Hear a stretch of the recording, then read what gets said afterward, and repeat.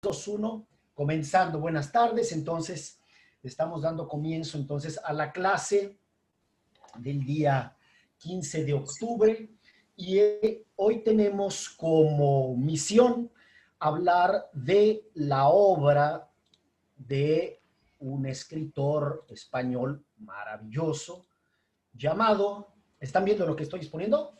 Ramón María del Valle Inclán, ¿sí? Voy a hablar de Sí. una novela que se llama Tirano Banderas y que es una de las obras paradigmáticas, o tal vez sea la obra paradigmática, de algo que se denomina, Giovanna llegó, el esperpento, ¿sí? Voy a hacer una pequeña introducción para entrar en la figura de Valle Inclán. Les voy a dejar aquí la imagen icónica de él, mientras hablo un poquito de este señor, de Valle Inclán, y de esto que se llama el esperpento. A ver, bueno, yo en la clase que yo, a la cual estuve yo cargo, que fue una clase sobre el realismo del siglo XIX, una de las cosas que yo me empeñé en intentar demostrar era que el realismo-naturalismo, específicamente del siglo XIX, no se podía explicar sin que hiciéramos una aproximación a la filosofía del ego cogito cartesiano, es decir, a la filosofía inaugurada por Descartes en la modernidad, en 1637 concretamente, en la cual se consolidaba el sujeto, la figura del sujeto cognoscente, que confiaba en que las representaciones que tenía en la conciencia certificaban un conocimiento del mundo exterior a él, ¿sí? Entonces yo me empeñé durante esa clase en intentar demostrar que el realismo-naturalismo del siglo XIX no se explicaba sin comprender eso, ¿ok?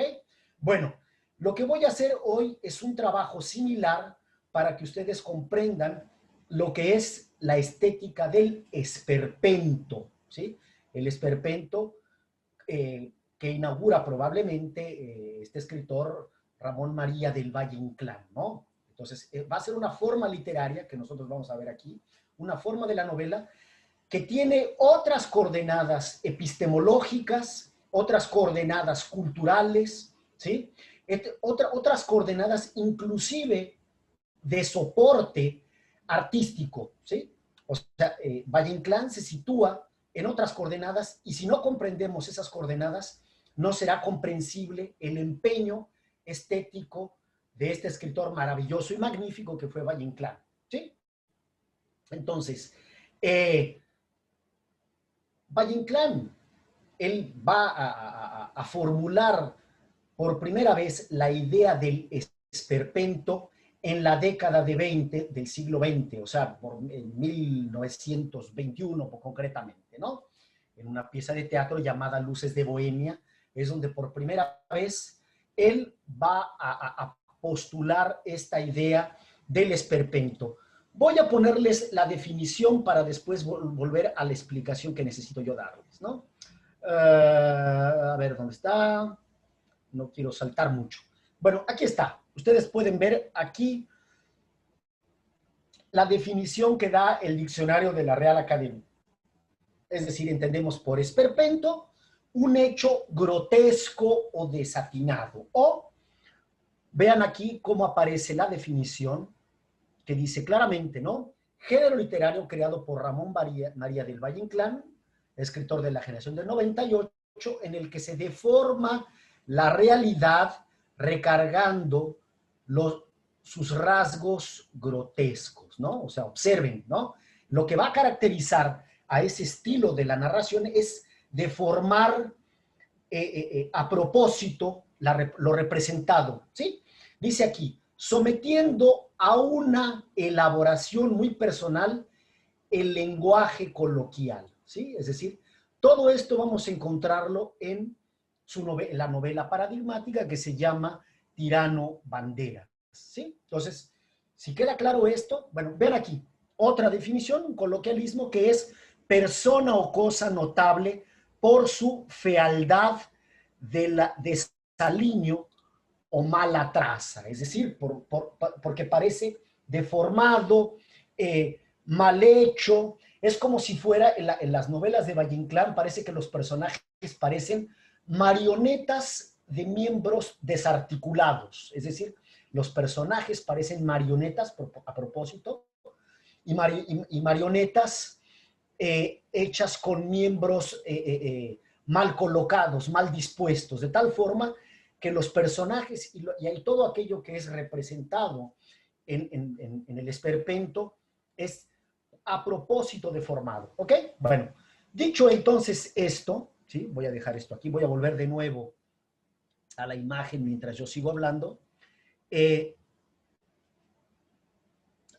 Entonces, lo que me interesa es, nosotros no podemos comprender esa estética si no nos retrotraemos unos 50 años atrás, medio siglo atrás, cuando en la filosofía europea comienza a surgir una reflexión en varios órdenes que va a postular que el lenguaje que nosotros tenemos no deriva de una representación directa de los objetos, sino que hay una intercomunicación en el lenguaje.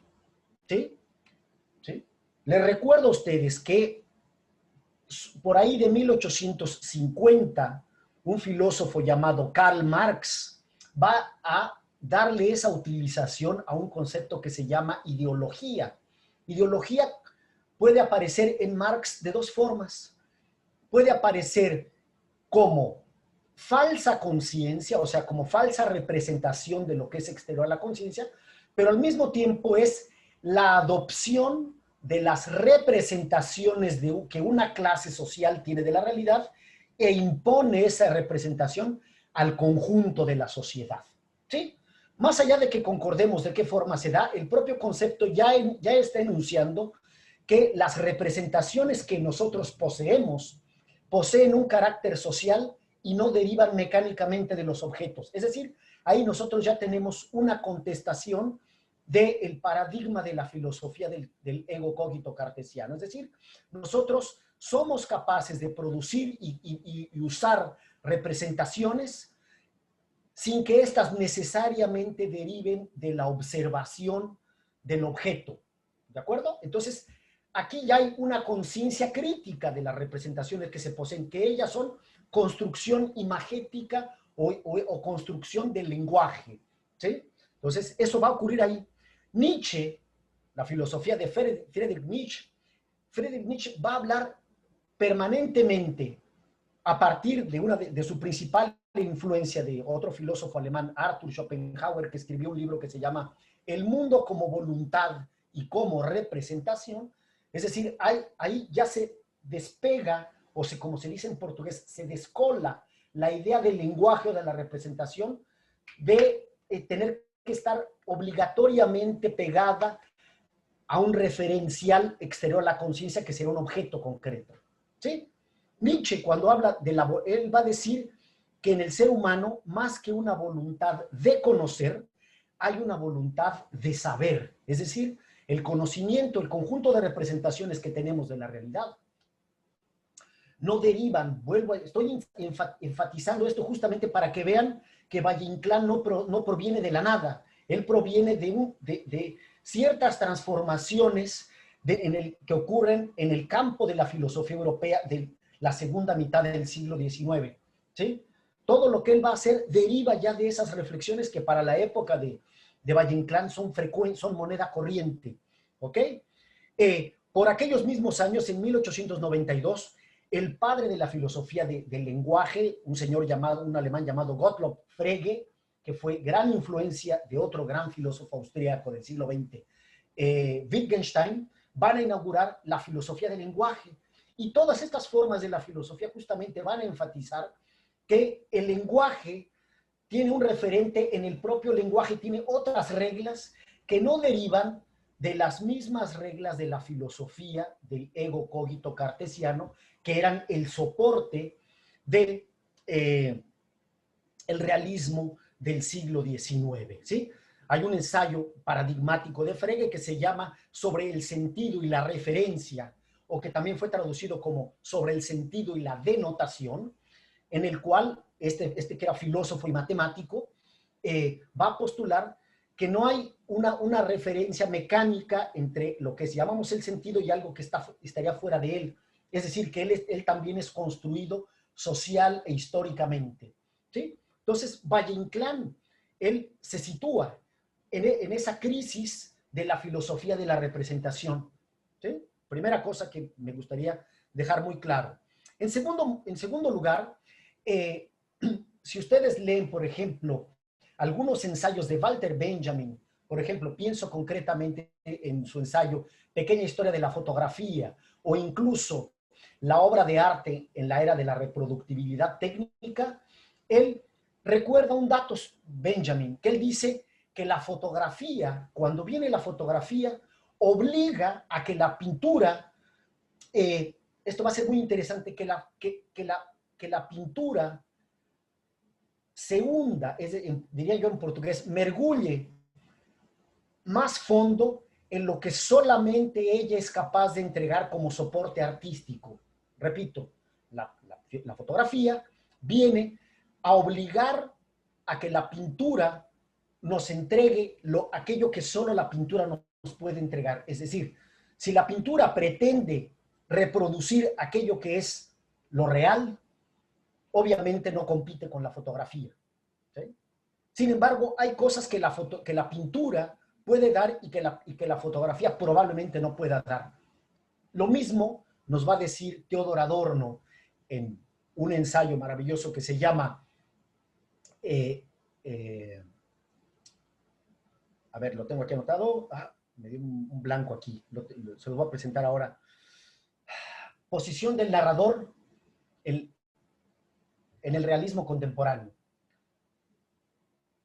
Él va a decir eso, que la fotografía también va a venir a obligar a la narración a que ella diga aquello que solamente la narración literaria es capaz de decir. Es decir, un nuevo soporte lo que va a hacer es de que estas formas artísticas preexistentes, diríamos en portugués, mergullen fundo en su especificidad, ¿sí? En aquello. Y eso es lo que va a hacer, y eso es lo que va a explicar concretamente el esperpento de Valle-Inclán. Voy a ponerles aquí una definición que tengo yo aquí de Adorno para que vean ustedes.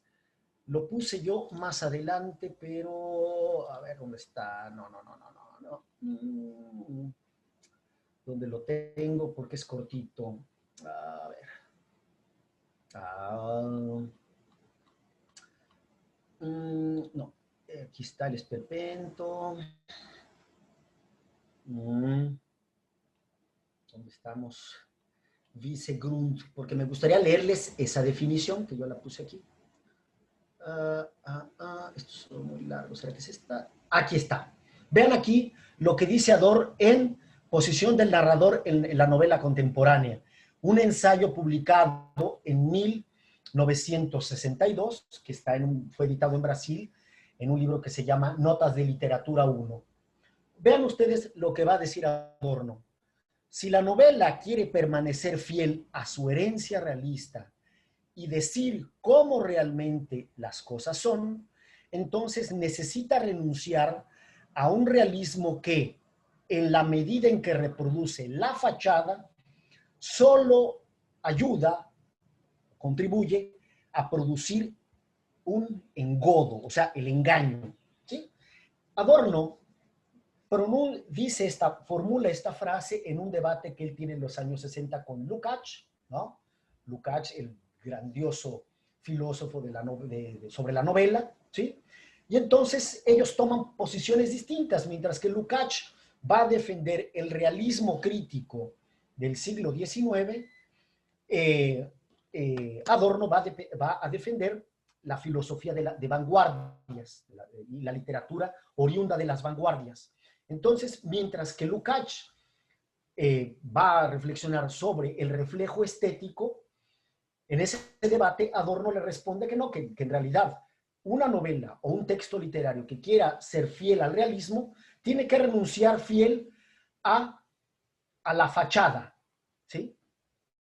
a ese realismo de fachada. O sea, es lo que nosotros tenemos, volviendo aquí, con el caso de Valle Inclán. Sin esos elementos, como preámbulo, me parece que no quedaría muy claro dónde se inscribe el proyecto artístico de Valle Inclán y el esperpento concretamente.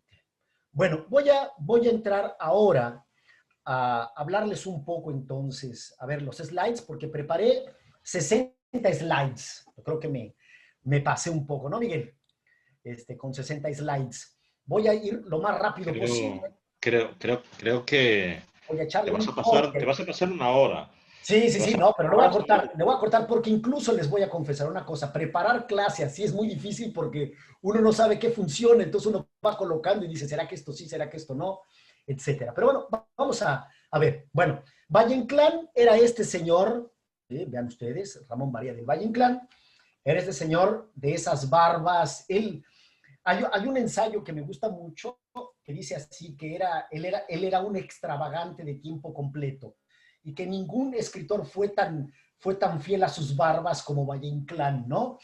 Entonces, porque era un escritor absolutamente maravilloso. Dicho lo que yo dije hace un momento, que puede ser Chachiño, los invito a que entren a Valle Inclán porque era un escritor absolutamente maravilloso, espectacular, su obra vale mucho la pena, es una obra viva, ¿no? Era un tipo extraordinario. Bueno, aquí están, vean ustedes, desde joven cultivaba esas barbas, ¿no?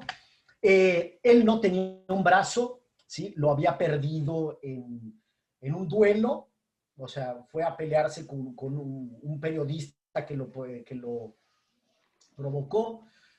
Parece que fue levemente herido en la mano, no le hizo caso a la herida y se empezó a gangrenar y se la tuvieron que amputar, ¿no?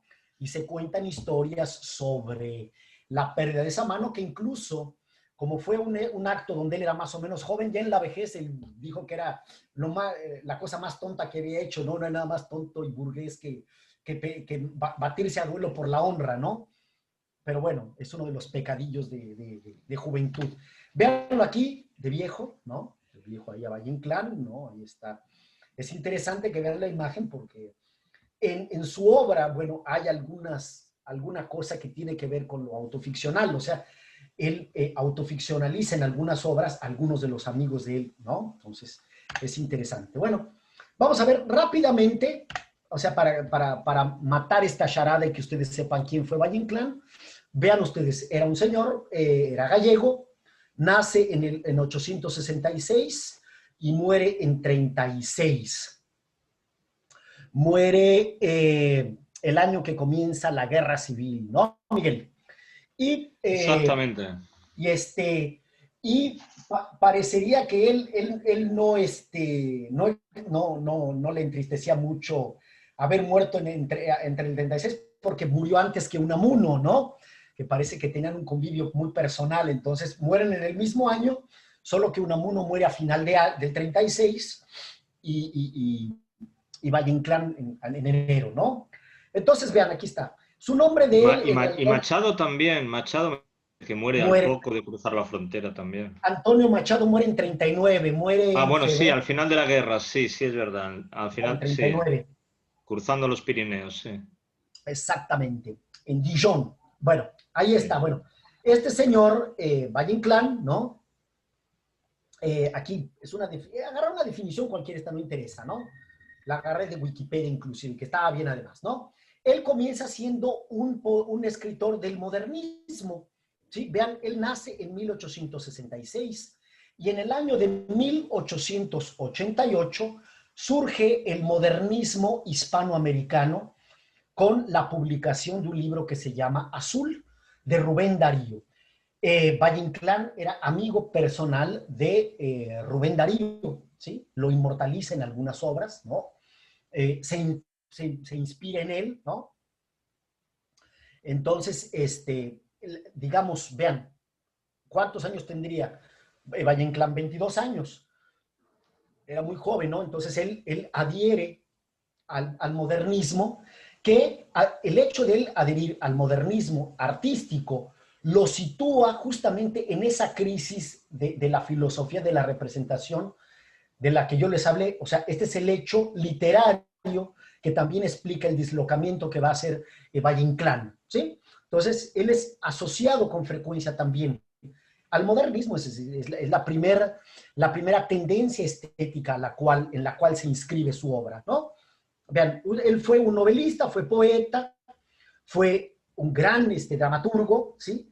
Escribió cuentos, escribió ensayos, fue periodista, viajó muchísimo, ¿sí? Vivió en México, fue a Buenos Aires, estuvo por América Latina, vivió en Uruguay, ¿no? Y les estoy yo contando esto porque todo esto va a confluir, a coincidir en Tirano Banderas. Van a ustedes a ver cómo es que eso se explica, ¿no? Fue rápidamente periodista, ¿qué más? Viajó 2 veces a México. Tirano Banderas deriva del segundo viaje que él hizo a México, ¿no? ¿Qué más? Bueno, él no se llamaba originalmente Ramón María del Valle Inclán, su nombre de pila era Ramón José Simón Vallepeña, ¿sí? Entonces, hay algunas cosas que están firmadas con este nombre, ¿sí? Muy pocas, ¿ok? Sin embargo, muy pronto empieza a firmar como Valle Inclán, ¿no? ¿Sí? Tenía una tertulia, ¿no? Viaja mucho, él vivió mucho tiempo en Madrid, ¿no? ¿Ok? Y bueno, ¿qué más? Bueno, amigo de Rubén Darío, ¿sí? ¿Qué más? No hay más que decir, ¿no? No hay más que interese. Bueno, entonces ya saben ustedes, esto es un escritor que nace en 66, muere en 36, o sea, a los, ¿qué edad? ¿Qué edad es? De 66 a 36, 60 años de edad, ¿sería eso? No, 70 años de edad, ¿no? No lo sé. Bueno, en fin, ahí haremos las Sí, cuentas. Víctor, sí. Sí, 70, ¿no? La suma nos da 70, ¿no? 70, sí, 70 años de Nos edad. Ok. da 70 justos, ¿no? Sí, 70 70 años. años. Ok. Entonces, vean, este es escritor, entonces tiene que ver, entonces, él es gran amigo de Rubén Darío, de muchos modernistas hispanoamericanos, hay que decirlo eso. Eh, Tiene una tertulia en Madrid, o sea, se hace amigo de muchos escritores de la vanguardia española, hay que decirlo, eso. ¿Sí? Es decir, no, yo jamás consigo explicarme Valle Inclán sin la obra de otro escritor español muy importante de la vanguardia, que sería Ramón Gómez de la Serna, que era un escritor que escribía un género muy gracioso que se llaman las greguerías, ¿no? Donde justamente se juega con el lenguaje y la representación, ¿sí? Lo mismo que hace el modernismo, ¿sí? Entonces, sin entender este clima histórico, cultural, filosófico, no se explica el esperpento, la idea de que la literatura no está aquí para copiar algo que estaría fuera, sino para estilizar y para tornarla expresiva. ¿De acuerdo? Entonces, bueno, ahí está. Esto que es intrascendente, pero bueno, había que presentar quién era Valle Inclán. Bueno, modernismo. Vean aquí cómo se va a caracterizar el modernismo justamente para mostrar cómo se va a distanciar del realismo español Valle Inclán. Vean lo que dice este slide. Dice, modernistas, así llamados despectivamente por quienes miraban con desconfianza e incomprensión su afán de renovación en todos los órdenes de la vida. Son antidogmáticos y les atrae lo raro, lo singular, aquello que puede alejarles de su tiempo y de unas circunstancias que consideraban detestables. En consecuencia, reaccionan contra ellas con los medios que tienen a su alcance. La protesta es el mecanismo que da sentido a su vida y obra. Este inconformismo se percibe tanto en su aspecto de indumentaria y actitudes iconoclastas, o sea, es decir, que van a destruir los ídolos. Vean, Valle Inclán era un bohemio y se vestía como un dandy. ¿Sí? Dice, como en la reacción crítica suscitada por el desastre del 98. Es decir, Valle Inclán, al mismo tiempo que absorbe esa idea de España decadente, del propio del 98, se distancia de la estética del 98. ¿Sí?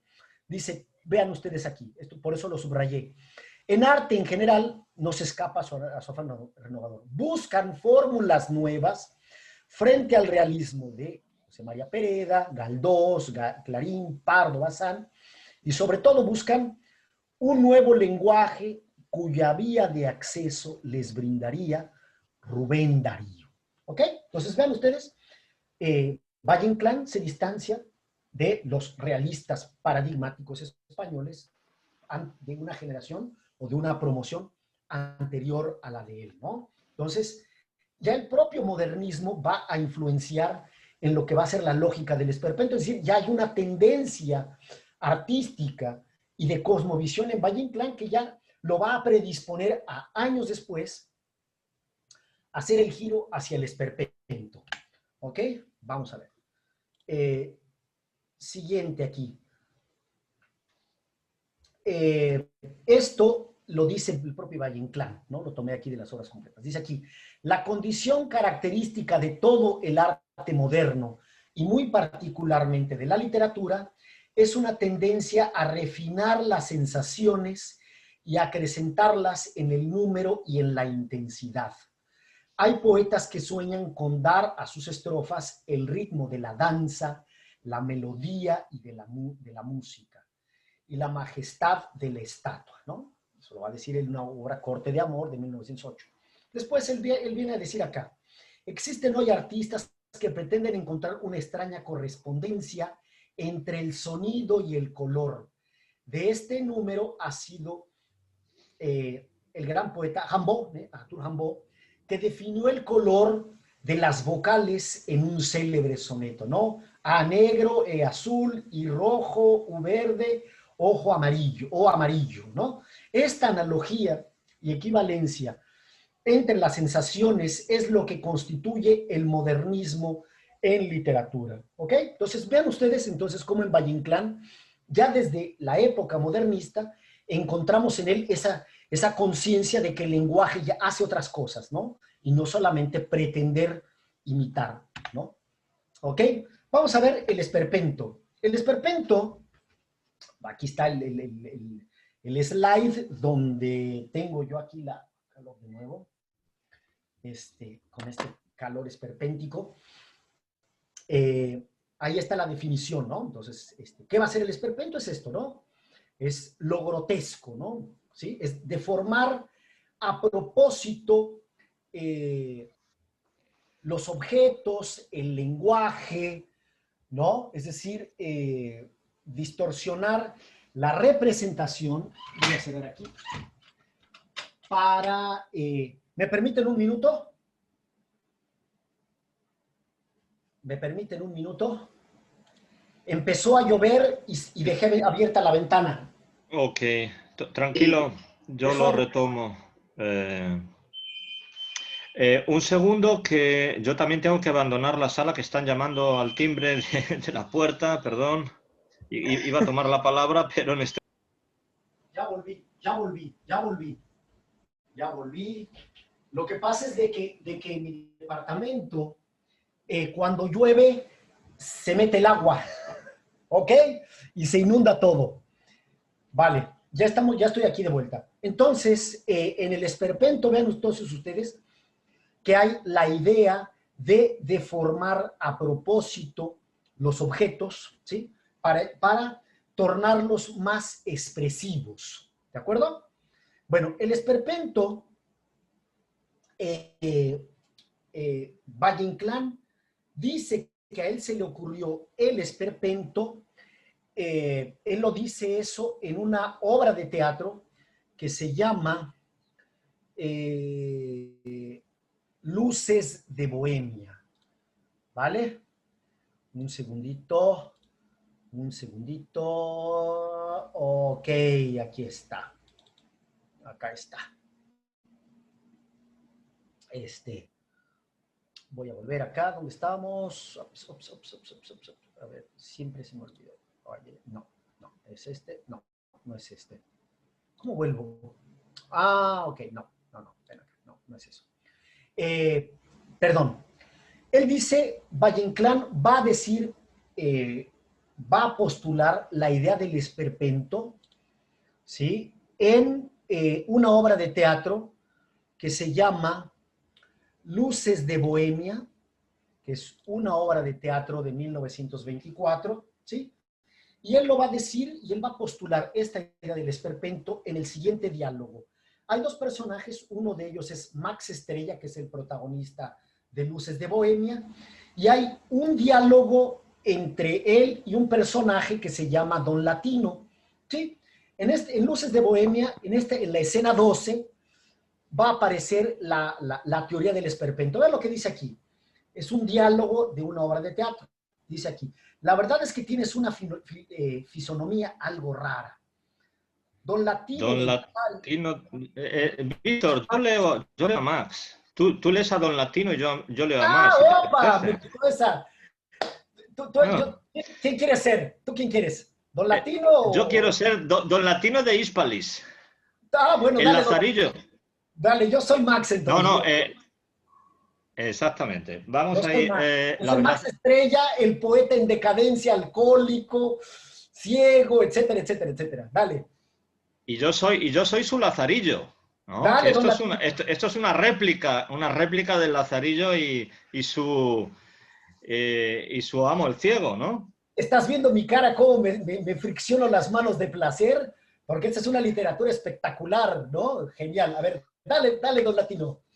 La verdad es que tienes una fisonomía algo rara.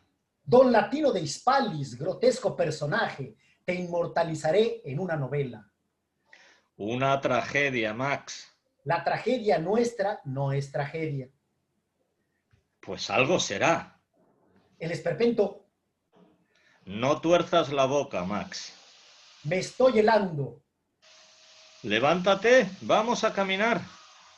No puedo. Deja esa farsa. Vamos a caminar. Échame el aliento. ¿A dónde te has ido, Latino? Estoy a tu lado. Como te has convertido en buey, no podía reconocerte. Échame el aliento, ilustre buey de pesebre belenita. Muge, Latino, tú eres el cabestro, y si muges, vendrá el buey Apis. Lo torearemos. ¿Me estás asustando? Debías dejar esa broma. Los ultraístas son unos farsantes. El esperpentismo lo ha inventado Goya. Los héroes clásicos han ido a pasearse en el callejón del gato. Estás completamente curda. Los héroes clásicos reflejados en los espejos cóncavos dan el esperpento. El sentido trágico de la vida española solo puede darse con una estética sistemáticamente deformada. Miau. Te estás contagiando. España es una deformación grotesca de la civilización europea. Pudiera. Yo me inhibo. Las imágenes más bellas en un espejo cóncavo son absurdas. Conforme. Pero a mí me divierte mirarme en los espejos de la calle del gato. Y a mí, la deformación deja de serlo cuando está sujeta a una matemática perfecta. Mi estética actual es transformar con matemática de espejo cóncavo las normas clásicas. ¿Y dónde está el espejo? En el fondo del vaso. Eres genial. Me quito el cráneo. Latino, deformemos la expresión en el mismo espejo que nos deforma las caras y toda la vida miserable de España. Nos mudaremos al callejón del gato. Vamos a ver qué palacio está desalquilado. Arrímame a la pared, sacúdeme. No tuerzas la boca. Es nervioso, ni me entero. Te traes una guasa. Préstame tu carrick. Mira cómo me he quedado de un aire. No me siento las manos y me duelen las uñas. Estoy muy malo. ¿Quieres conmoverme para luego tomarme la coleta? Idiota, llévame a la puerta de mi casa y déjame morir en paz. La verdad sea dicha, no madrugan en nuestro barrio. Llama. Hasta aquí, ¿no? Aquí termina el famoso diálogo, ¿no? Que está en Luces de Bohemia y que constituye la poética de ¿Dónde estábamos? Aquí, ¿verdad? Aquí, ok. Del esperpento. Bueno, voy a pasarles ahora unos slides para que ustedes entiendan qué fue lo que hablamos. Es decir, lo que hace Valle Inclán en ese diálogo es describir un callejón que existe en Madrid, ¿sí? Es un callejón que existe en la vida real y donde hay todavía un bar, una taberna, que en la fachada tiene dos espejos cóncavos que distorsionan lo que se ve, ¿sí? Y que frecuentaba Valle Inclán. Y entonces él dice que el esperpento es el reflejo de dos espejos cóncavos, es decir, de los espejos que no tienen una superficie plana para reproducir como son los objetos, sino deformarlos sistemáticamente. Vean ustedes, preparé aquí unos breves slides para que vean. Es esta calle, la calle de Álvarez Gato, se llama así, que está en Madrid, ¿no? Este es el callejón, este es el famoso callejón, es un callejoncito estrecho. Yo nunca estuve allí, me parece que es muy chulo, capaz que Zamorano se ha ido ahí a tomar algunas cañitas y ha ido ahí a disfrutar, a pasar la tarde. Pasado Vean aquí la muchas descripción. veces. ¿Eh? Muchas veces he pasado por ahí. Esa es una calle que está en todo el centro, en todo lo que se llama el barrio de Huertas, el Ajá, barrio de las letras, el barrio de las letras, ¿no? Es una calle ok, muy céntrica, muy turística y sí. muy animada, ¿no? Sí. Vean lo que yo saqué una definición de la Internet, un fragmento que la describe, ¿no? Dice, hay calles y plazas de Madrid de honda trascendencia por los hechos ahí, ¿no? Una de ellas es Álvarez Gato, calle corta de unos 150 metros y unos 3 de ancho, es una calle muy estrecha. Es una calle de peatones, sin aceras, flanqueada por restaurantes y tabernas como Villarrosa, el bar de copas más antiguo de Madrid, de fachada magnífica, ricamente decorada con azulejos del maestro Alfonso Romero. Valle Inclán tuvo que conocer bien este callejón, dado que era el mejor atajo para acceder a la Puerta del Sol por la calle de la Cruz al Teatro Español y al Ateneo, dos de los entornos que el gran escritor visitaba con asiduidad. Espejos cóncavo y convexo del Callejón del Gato. Dice aquí, la foto superior está hecha desde la calle Núñez de Arce, o sea, es esta. Está hecho desde allí, desde ahí fue tomada la foto. A unos pasos de la Plaza de Santana. El Callejón del Gato es una calle que no difiere de otras de las inmediaciones, que al igual que las demás, hay que andarlas con espíritu observador, prestando atención a las varias placas existentes en la zona, indicativas del pasado histórico de la ciudad desde el siglo XVII. El barrio, como dice Zamorano, hoy de las letras, conoció la presencia permanente de Lope de Vega y Cervantes, entre otros personajes que vinieron después. Pero en verdad el Callejón del Gato sobresale tratándose del escenario en el que Ramón del Valle Inclán descubrió un día lo que él denominó el esperpento. No tuvo más que fijarse cómo los transeúntes que pasaban por la calleja se reían y se burlaban unos de otros, deformados sus cuerpos en los espejos cóncavos y convexos que una tienda de comienzos del siglo XX exhibía en el exterior como reclamo ante sus clientes. Aquella clase de espejos siempre existió, pero hubo un tiempo en que estuvieron muy de moda, sobre todo en atracciones de ferias y en circos, concitando siempre la atención de grandes y chicos. Bueno, aquí está entonces, vista aquí la calle. Conseguí una foto reciente, véanlos, aquí está, es en esta taberna que se llama Las Bravas. Vean, aquí están los dos espejitos. Vean aquí, está el espejo y aquí se ve, ¿no? Aquí están los espejos. Vean una persona vista en uno de los espejos. Vean cómo deforma, ¿no? Acorta las imágenes, el otro las debe estilizar, ¿no? Encontré inclusive que hoy en día, para quien quiera ir a esa calle, no ve más los espejos originales que veía Valle Inclán, son réplicas. ¿Por qué? Porque parece que en el 2000 algún vándalo borracho lo rompió uno de los espejos. Entonces los recuperaron, los restauraron y parece que ahora están en otro lugar, están dentro, pero ya no están afuera como originalmente estaban, ¿no? Ese espejo que ustedes ven ahí roto son el espejo original que veía Valle Inclán, en los cuales se inspiró para construir su teoría del esperpento. Vean ustedes aquí. El esperpento, bueno, se relaciona, como el propio fragmento que leímos hace un rato, él lo trae a Goya, ¿no? El pintor del siglo XVIII-XIX español, ¿no? Vean ustedes entonces aquí, vean con Goya, ¿no?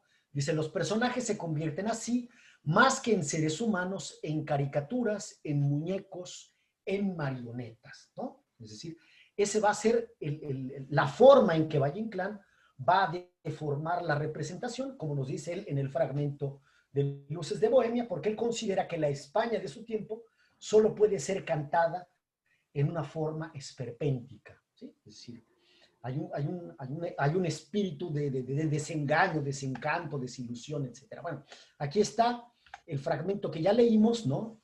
De ahí, ¿no?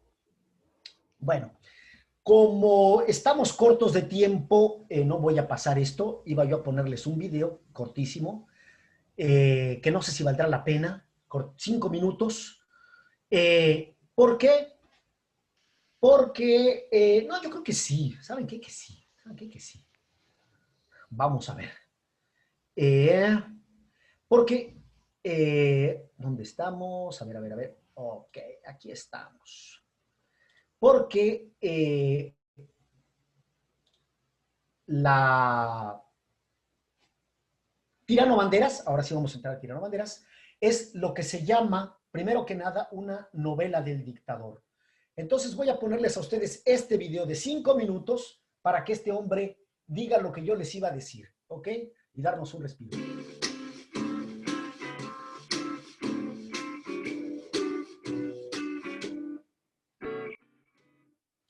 ¿Está funcionando? ¡Ey! Sí, está. Parece que sí, profesor. Ok, entonces denme retorno para saber que... Está congelado. Está, sí. Ok, no, yo la congelado. congelé. Vale, vale. Para no desperdiciar 5 minutos, ¿no? Vale. Buenas a todos, mi nombre es Eduardo Fernández y soy profesor en el Instituto de Estudios Políticos y Relaciones Internacionales de la Universidad Francisco Marroquín.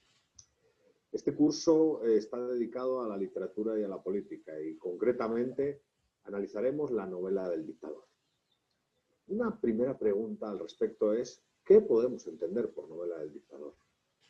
Los escritores que participan del género demuestran compromiso político con la novela del dictador. En cierto sentido, la novela es un instrumento de propaganda, de denuncia de la dictadura y al mismo tiempo una herramienta de emancipación. A lo largo de la historia, tanto durante el siglo XIX como durante el siglo XX, han sido muchos los intelectuales, políticos o incluso diplomáticos insertos en este género de la novela del dictador. No podríamos comprender dicho género sin la participación, por ejemplo, de autores tan relevantes como Pablo Neruda o Alejo Carpentier. En la novela del dictador destaca, como no podía ser de otra manera, la dictadura como tema. La dictadura en sus diferentes formas. Veíamos en la cápsula anterior la reflexión alrededor del autoritarismo, la importancia que este particular régimen político tiene a la hora de explicar la historia más actual de América Latina. En la novela del dictador se habla de patrimonialismo, se habla de caciquismo y se habla de caudillismo. Y como señalábamos al inicio, la novela del dictador es un instrumento de denuncia. El autor critica la identidad patrimonial, caciquil y caudillista de la región, haciendo un profundo hincapié en el anti-institucionalismo que el liderazgo carismático de los caudillos y caciques posee. Pero además de la crítica institucional, porque considera el autor que erosiona el sistema de libertades en general de cada uno de los países latinoamericanos, hay una reflexión y una crítica hacia la cultura militarista, hacia el militarismo, y una cultura y una crítica hacia el culto al líder, hacia el culto al benefactor, al regenerador. La novela del dictador intenta explicar el proceso. ¿Cómo surge el dictador? ¿Cómo el dictador se posiciona en la estructura del Estado? Y cómo, para bien o para mal, el dictador sobrevive en el tiempo o es expulsado por un movimiento violento. De la mano de estos instrumentos de supervivencia, la novela del dictador desarrolla una crítica hacia el rol de los ejércitos en la política latinoamericana y también una crítica en clave educativa. Los autores señalan el problema de educación, la clara ignorancia de un gran número de ciudadanos en los distintos países de América Latina. La novela del dictador, por tanto, es un instrumento de propaganda antidictatorial, un instrumento de emancipación ciudadana y una crítica brutal hacia la dictadura y hacia el autoritarismo. En la novela del dictador se denuncia la cultura de súbdito, que como los estudios de cultura política señalan, posee esta región, esta parte del mundo. Podríamos señalar que la novela del dictador se desarrolla durante la segunda mitad del siglo XIX y sobre todo durante el siglo XX.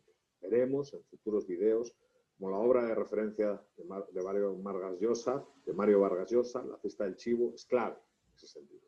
Pero hay que ir hacia atrás. En el siglo XIX, autores como Faustino Sarmiento, Esteban Echeverría o José Mármol destacan como las semillas originales de la novela del dictador.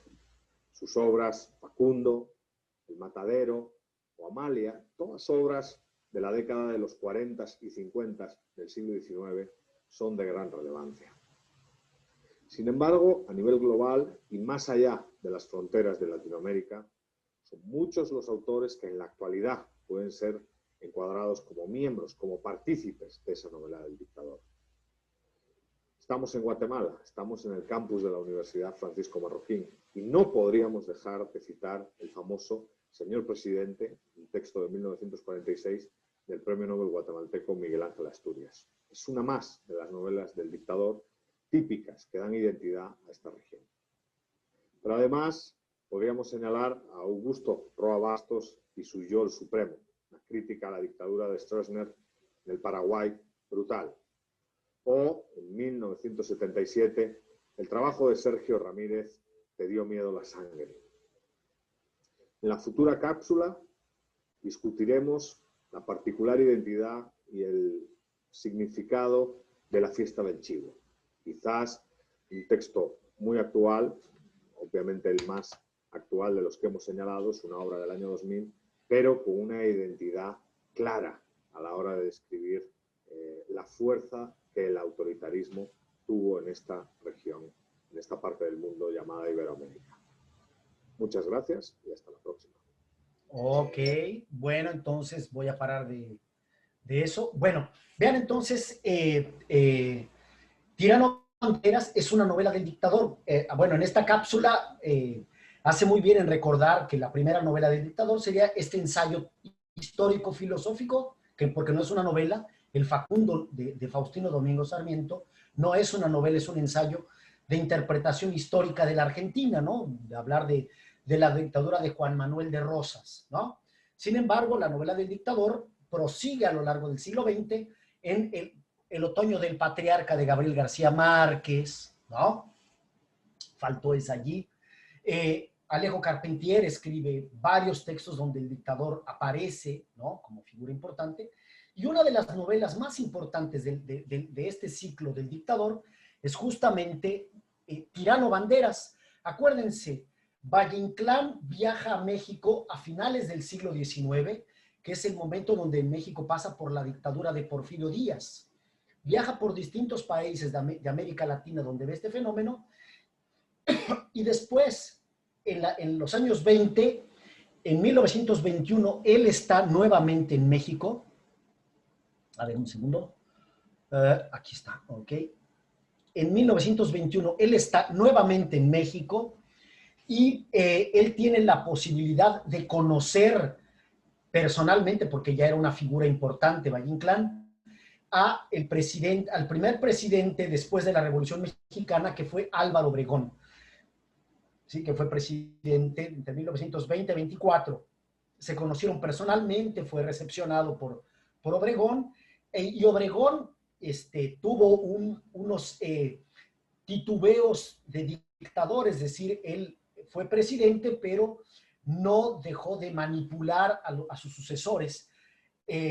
Obregón, que fue un militar extraordinario, quiso jugar al literal con Valle Inclán, porque Obregón escribió un libro que se llamaba 5,000 kilómetros de campaña, ¿no? Donde es muy literal, o sea, está hablando de 5,000 kilómetros, mientras que Valle Inclán ya estaba haciendo alguna otra cosa desde el punto de vista esperpéntico.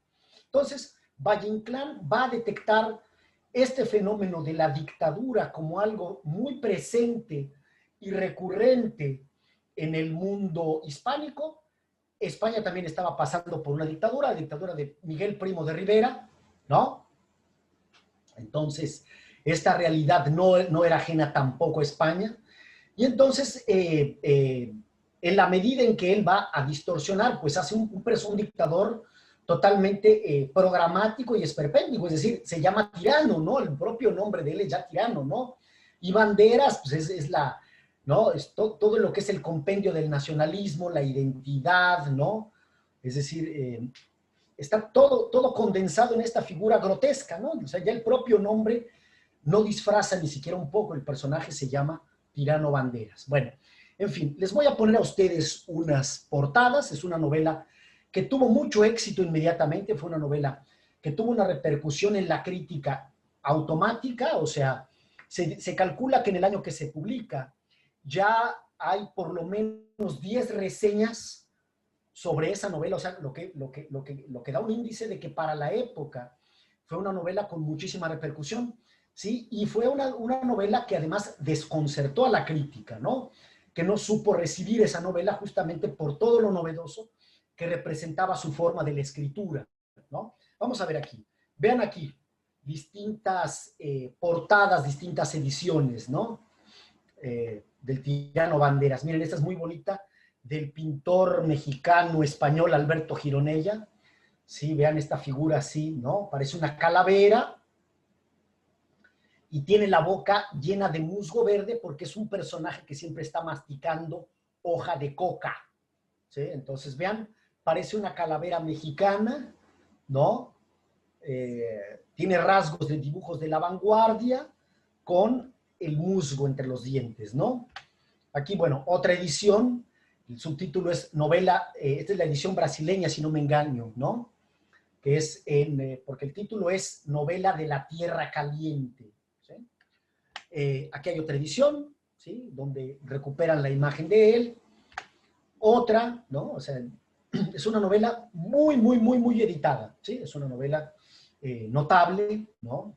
Entonces estamos hablando de una novela clásica, de un texto clásico, ¿no? Vamos a ver. ¿Cuál es el origen de esta novela de Tirano Banderas? ¿Sí? Vean, este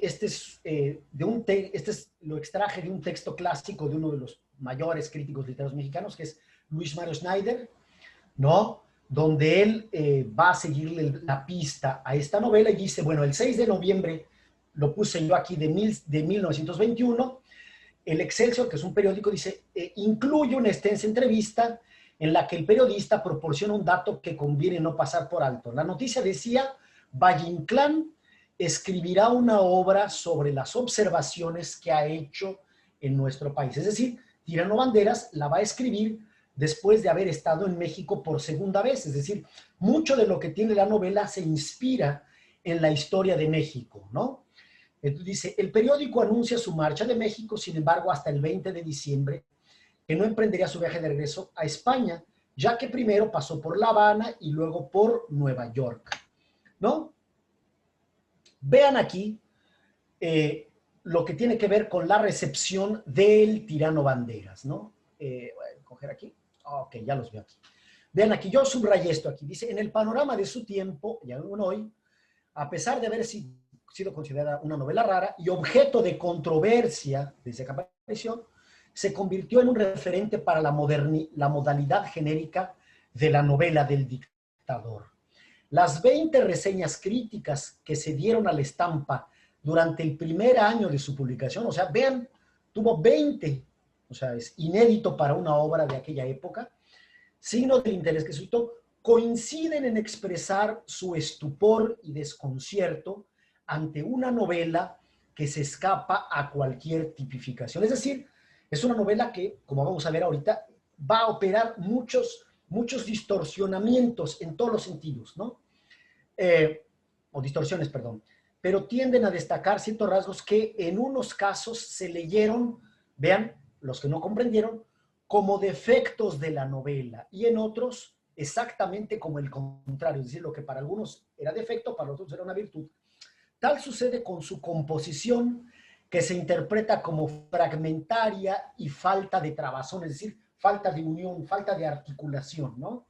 La dificultad de su lengua literaria, es decir, la lengua utilizada en El tirano Banderas es un lenguaje complejo, que la hacen prácticamente ininteligible a ojos de un amplio sector crítico, mientras que otras voces críticas ponderan precisamente su construcción. Cada una de sus escenas está trabajada y acabada como un medallón perfecto. Es decir, no podemos negar de cualquier forma que es una novela de un cuidado artístico y estético notable, ¿no? Es decir, cada efecto utilizado por Valle Inclán está rigurosamente calculado, ¿sí? ¿Qué es lo que vamos a encontrar entonces en El tirano Banderas? Bueno, primero, la tiranía como tema, ¿sí?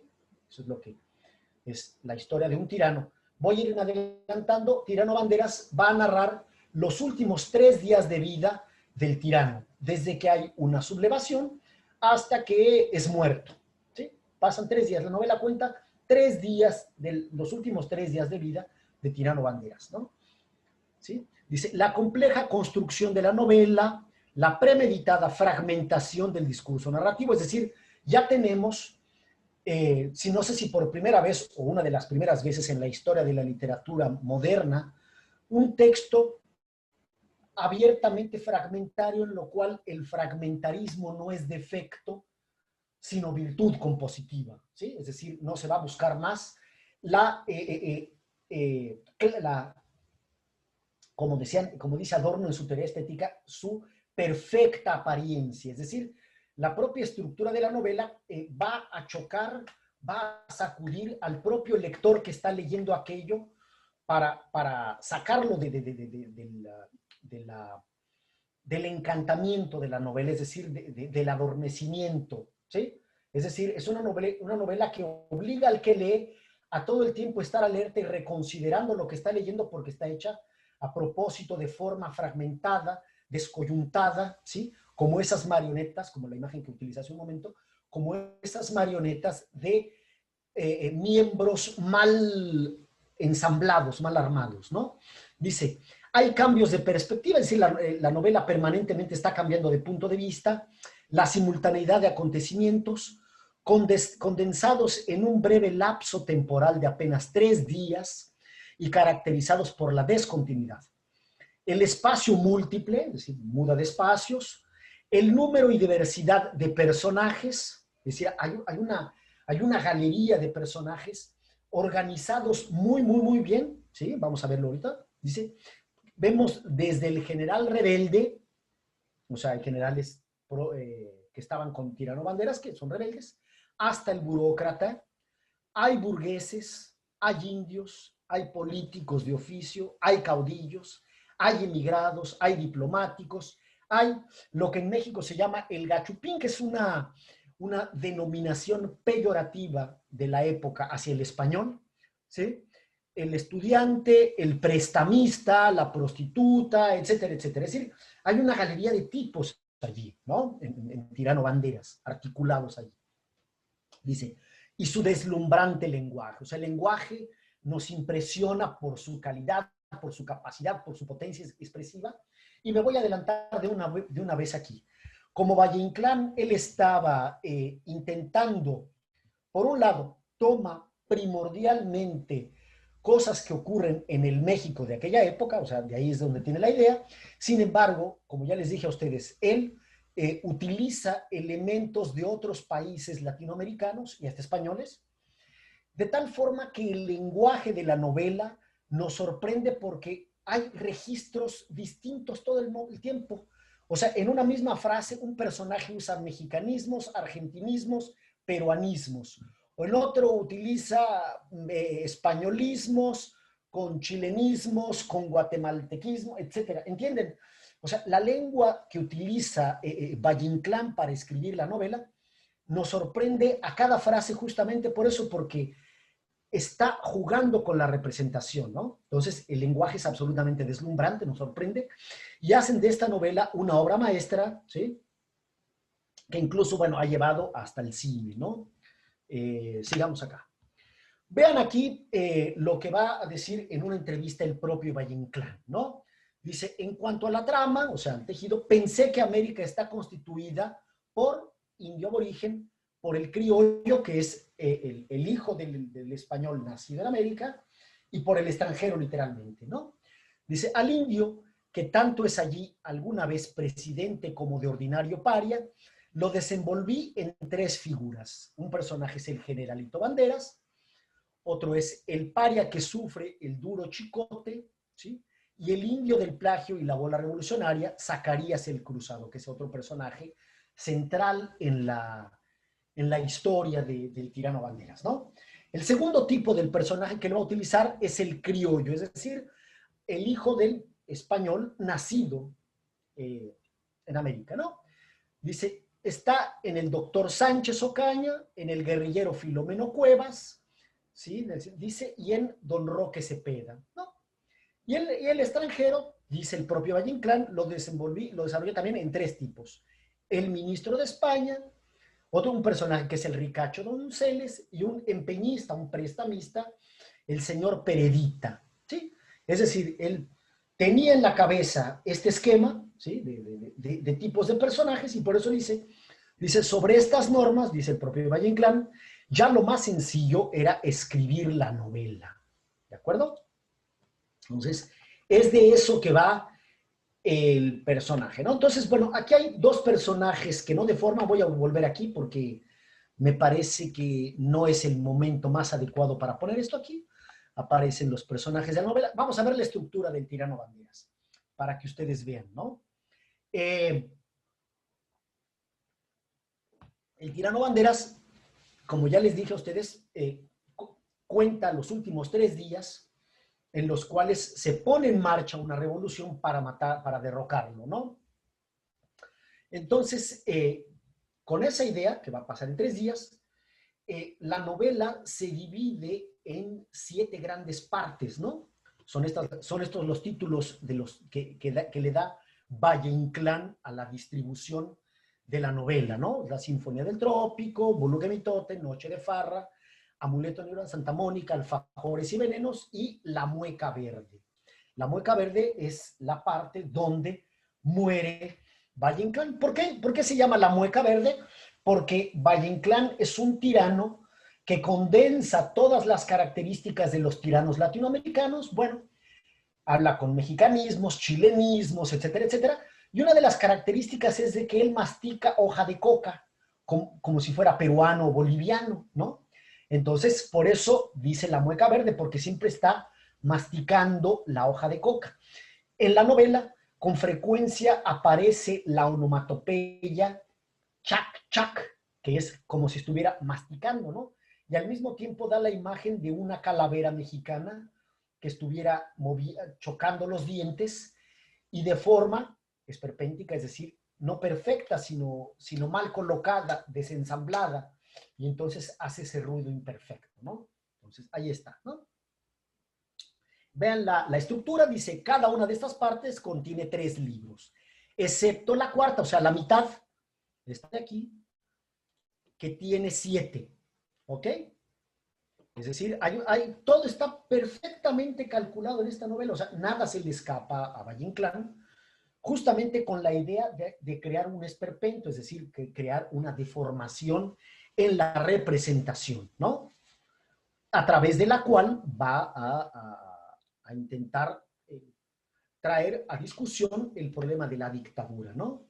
Vean aquí los espacios, bueno, aquí aparecen los espacios, también no sé si sería conveniente ponerlo aquí, voy a ir a algo más sustantivo, ¿no? Dice aquí, la realidad esperpéntica. Vean lo que va a ser la novela, lo que nosotros vamos a encontrar a lo largo de la novela. Dice aquí, uno de los aspectos que la crítica ha destacado es la esperpentización, ¿no? Como él lo había prometido, de todos los recursos, ¿no? O sea, va a animalizar personajes, los va a describir como animales, los va a cosificar, es decir, los va a describir como si fueran objetos, ¿sí? Objetos inanimados los va a automatizar, ¿no? Vean ustedes. Va a ser una deformación sistemática, ¿sí? En cada escena está lo grotesco, en los diálogos, en las descripciones, ¿no? Es decir, todos estos recursos, ¿sí? Van a ser utilizados para provocar el efecto de esperpento, ¿sí? Al mismo tiempo, dentro de la novela va a haber peleles, o sea, sería en portugués pelegos, ¿no?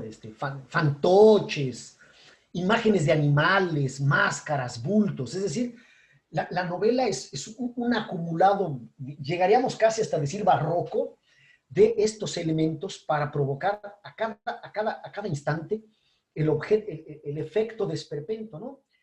Dice, bueno, ¿qué va a hacer? Dice, bastará con acudir a un muestrario de ejemplos relacionados para que vean en el esperpento cómo se caracterizan los personajes. Los va a estilizar de forma grotesca, ¿no? Es decir, siempre están descritos justamente como si estuvieran siendo observados por un espejo cóncavo o por un espejo convexo. Es decir, ¿sí? Es decir, la literatura no va a ser como aquella famosa frase de Stendhal, ¿no? Que decía que la novela es un espejo que corre a lo largo de un camino. O sea, como no. O sea, uno de los autores clásicos del realismo del siglo XIX dice que una novela es un espejo que se pasea a lo largo de un camino, es decir, que va copiando o que va imitando o reproduciendo en su interior lo que ocurre fuera de él, ¿no? Valle Inclán, ¿no? Para Valle Inclán, si la novela o el texto literario hace es reflejar de forma distorsionada sistemáticamente, ¿sí? Distorsiona sistemáticamente, altera sistemáticamente, ¿no? Justamente para exacerbar el efecto que el texto sería capaz de producir, ¿no? Dice, estilizaciones grotescas que comportan implícitas críticas, ¿sí? Porque justamente lo que hace eso es una crítica implícita en sus tratamientos degradantes y deshumanizadores, ¿sí? Es justamente lo que hace, ¿no? Es degrada y deshumaniza, ¿no? A esos objetos que él ve justamente carentes de humanidad, ¿no? Humanidad en el sentido humanista del término, ¿no? No en el sentido antropológico, ¿no? Bueno, aquí está lo que yo había hablado un poco, ¿sí? Bueno, aquí hay un slide, no sé si valdría la pena leerlo, bueno, pero aquí está, ok, es lo que llama la atención, es el lenguaje, ¿no? Del tirano Banderas, ¿no? Aquí hay uno de los grandes estudiosos, ¿no? De la obra de Valle Inclán, que es este profesor maravilloso que conoce muy bien Miguel Ángel, que es Alonso Zamora Vicente, ¿no? Que ha hecho unos análisis brillantísimos de la novela de Valle Inclán, ¿no? Los diálogos y la narración también, ¿no? O sea, además de la lengua, ¿sí? Los diálogos y la narración, hay muchos cruces, ¿no? Como dice aquí, a veces predomina la modalidad culta, otras la irónica, otras veces la popular, otras veces la subversiva, ¿no? ¿Sí? Más que un narrador, hay narradores, ¿sí? Es decir, por eso decíamos que cambia con frecuencia la perspectiva, el punto de vista, ¿no? ¿Sí? Multiplicando justamente las intervenciones, es decir, el modo en que se relata o se describe lo que se ve, ¿no? Hay mucha ironía, ¿no? Al describir personajes, situaciones, ¿sí? Hay momentos en que hay escenas que son graciosas, son grotescas, hay escenas que son terribles, ¿no? Les puedo contar, me puedo adelantar aquí.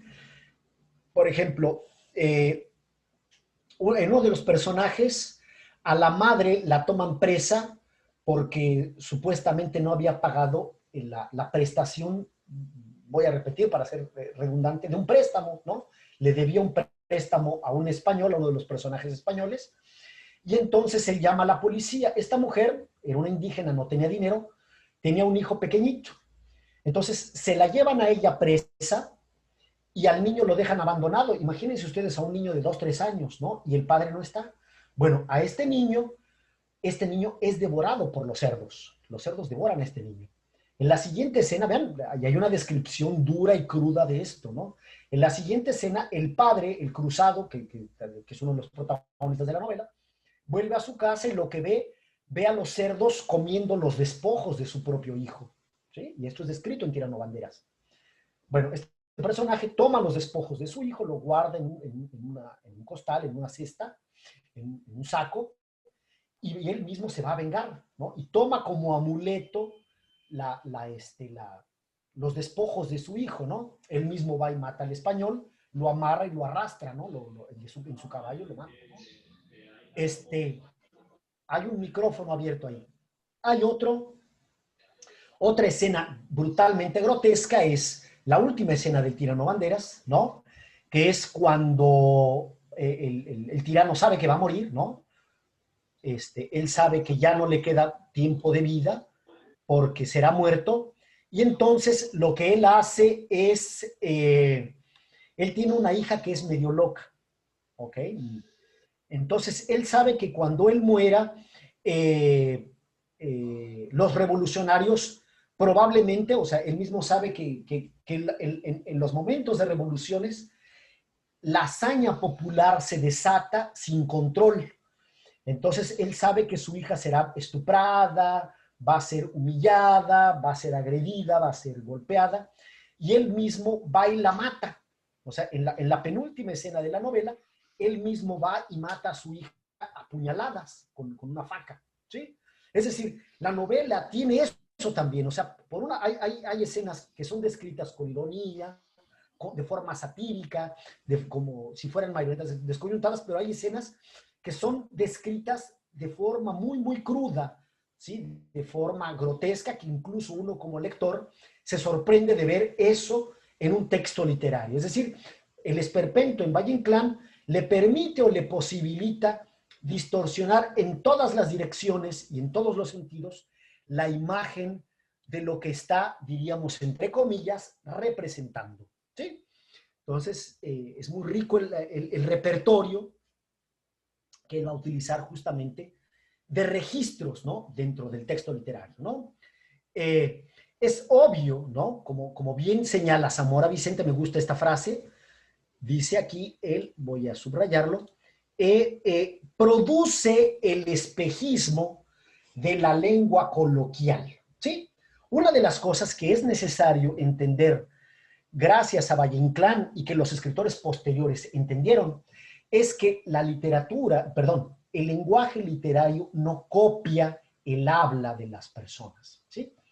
O sea, una obra literaria, por más que supuestamente esté reproduciendo el modo como alguien habla, jamás lo hace así. Eso no existe, ¿sí? La literatura no es colocarle el micrófono a alguien y que eso aparezca, sino el efecto de real no se produce, ¿sí?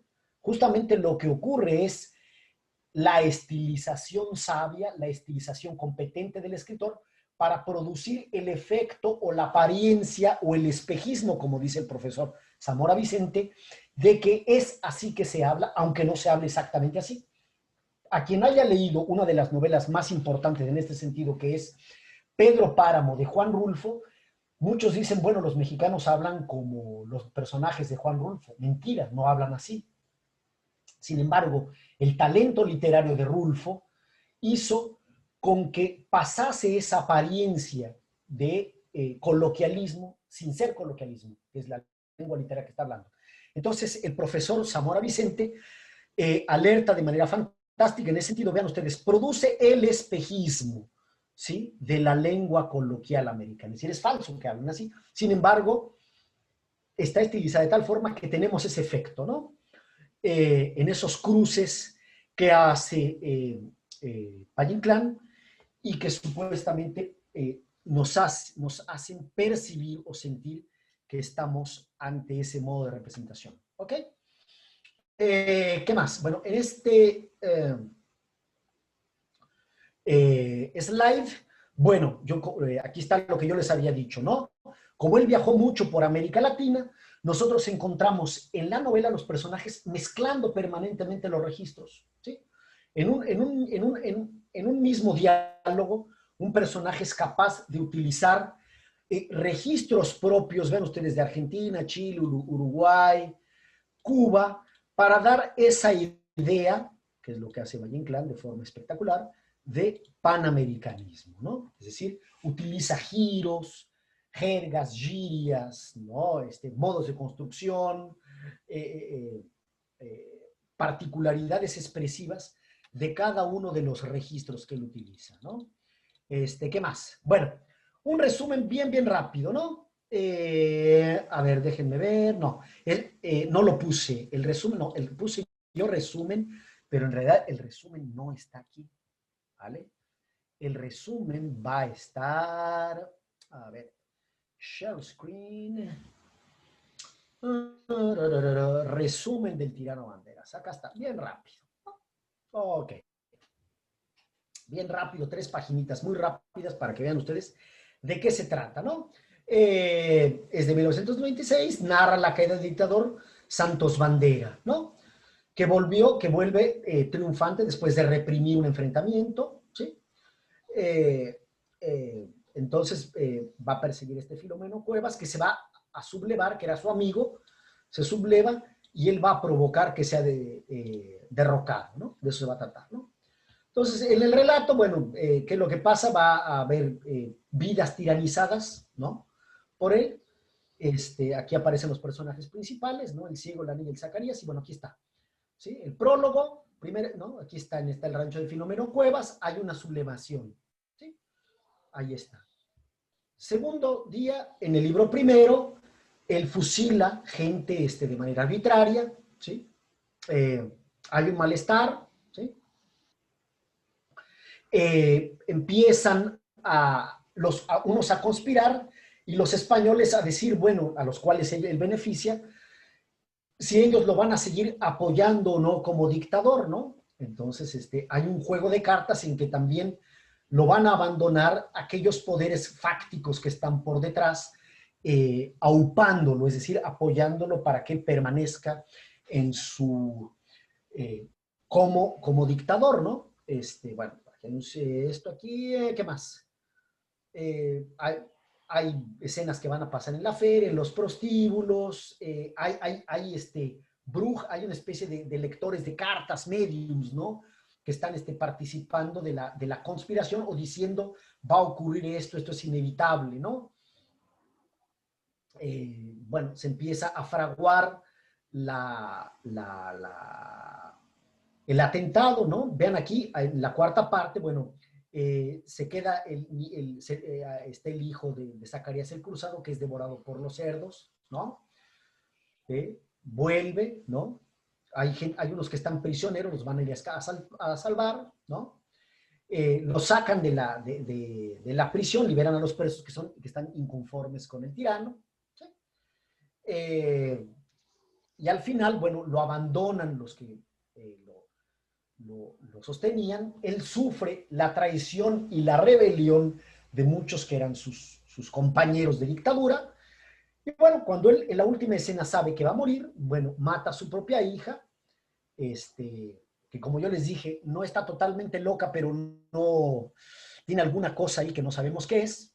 Y entonces, como yo les decía un momento, como él sabe que las revoluciones o las revueltas siempre desatan la violencia y que ella va a ser violada y tratada mal, etcétera. El mismo la mate, después, bueno, él es muerto, ¿no? Al final, bueno, es eso, ¿no? El resumen del tirano Banderas, pues es eso, ¿no? Eso es lo que va a ocurrir, ¿no? A ver, aquí están de nuevo los slides. El slide ya fue.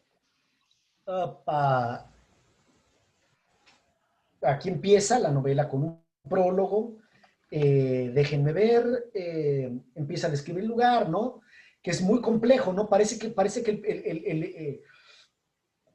el lugar Santa Fe de Tierra Firme es un lugar que es un compendio de las distintas geografías latinoamericanas. Es decir, el lugar no es descrito de forma que podamos identificar apenas un solo lugar, ¿no?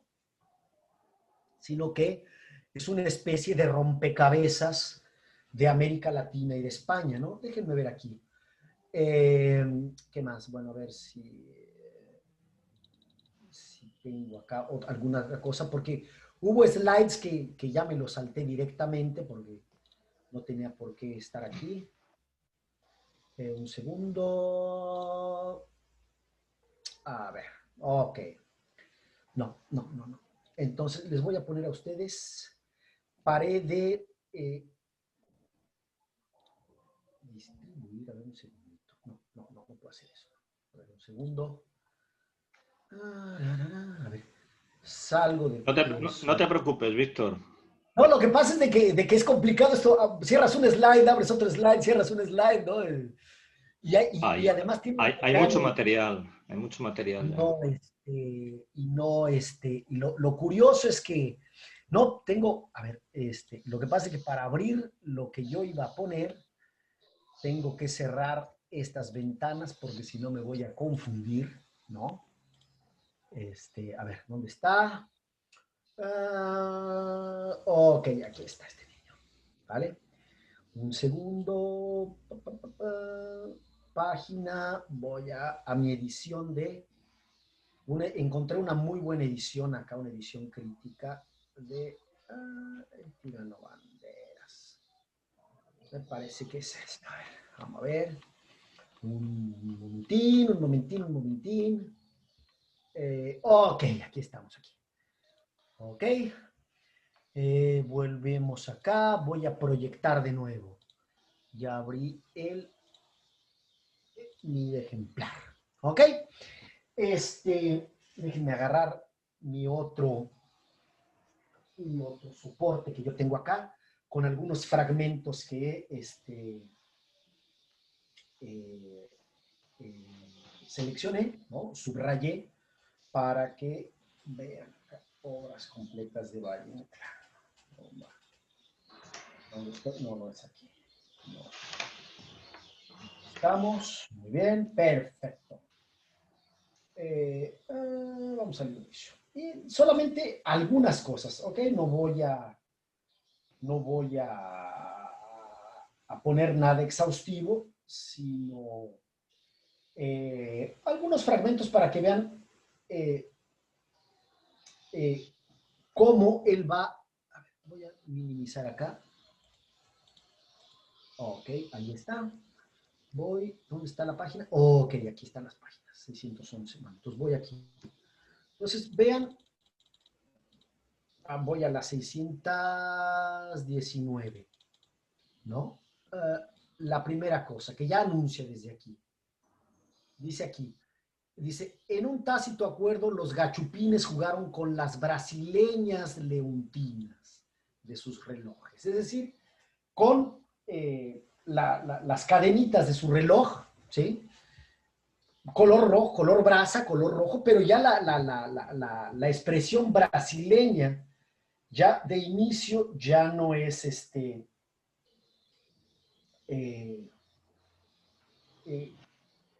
gratuita, ¿no? Después, a ver, voy a buscarle.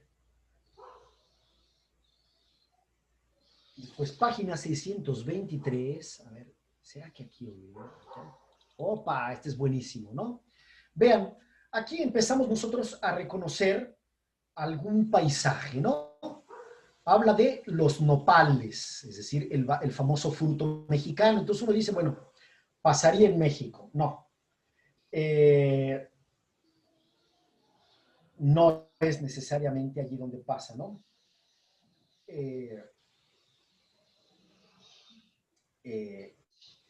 Después, bueno, aquí habla de los intelectuales,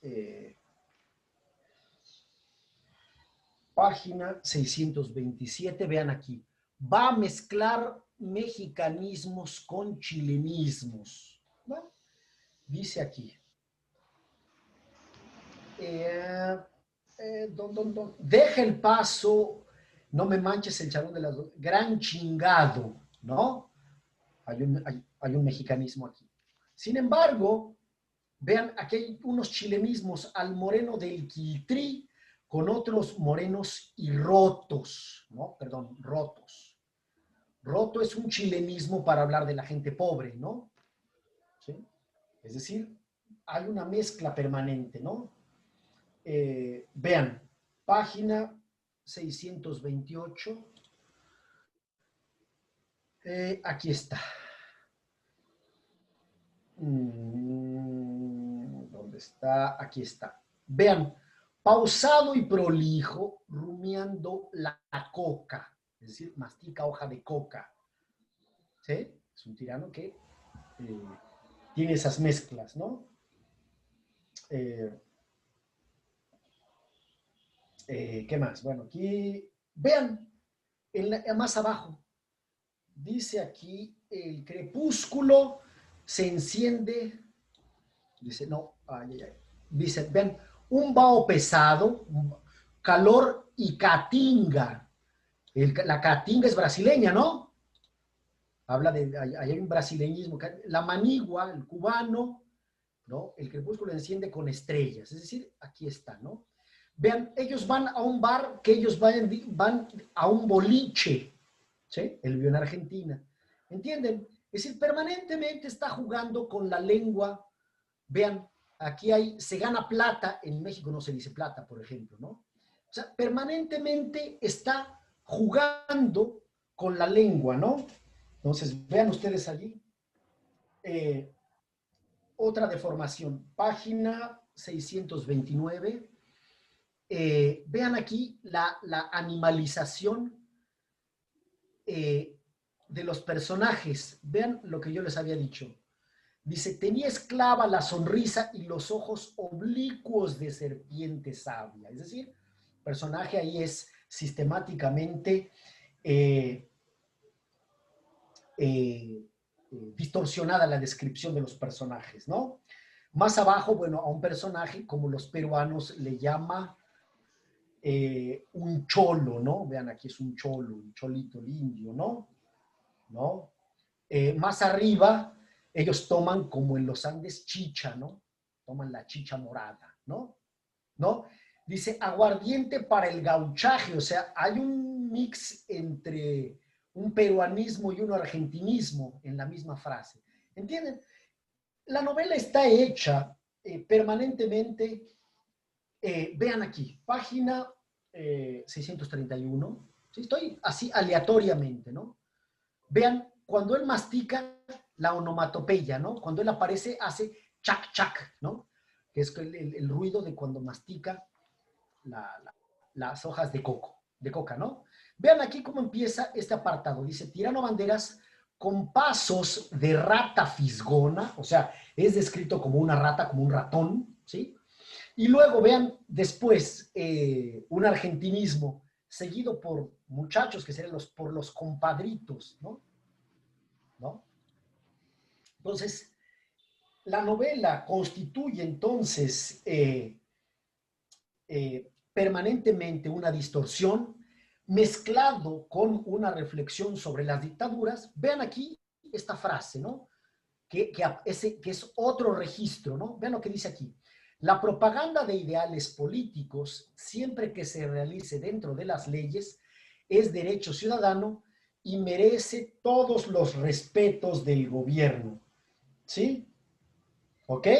Entonces, vean, el propio dictador hace algo, un discurso demagógico, Sin embargo, uno de sus subalternos le dice así, dice, mi general, pero en caso de mitote, o sea, es un mexicanismo que dice, en caso de que la manifestación se salga de control, hay que suspender el acto, ¿no? Y vean entonces lo que él va a decir en términos de traición y fachada. Dice, el reglamento de orden público la evacuará cumplidamente cualquier duda, ¿no? El coronel asentió con zumba gasmoña. Ese es un españolismo, ¿no, Miguel?